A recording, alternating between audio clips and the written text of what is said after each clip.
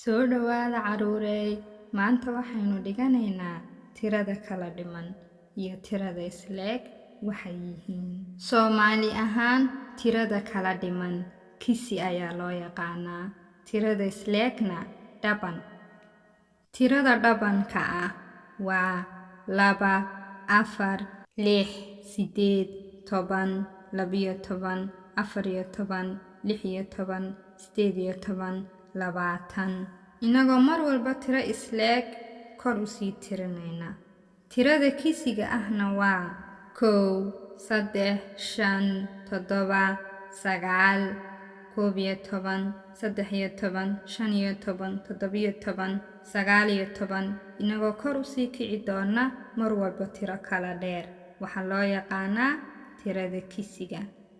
Caruurey, haddaad tiro rabto inaad kala qaybiso ayna ku kala qaybsami weydo, tirada waxaa loo yaqaanaa kisi, waana tiro kala dhiman. Tiradu hadday kala dhiman tahay, way adagtay in la kala qaybiyo.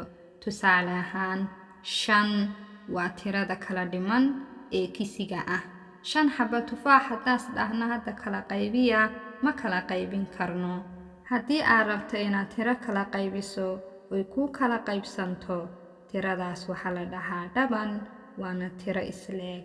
Tiradu hadday isleeg tahay, way fududahay in la kala qaybiyo.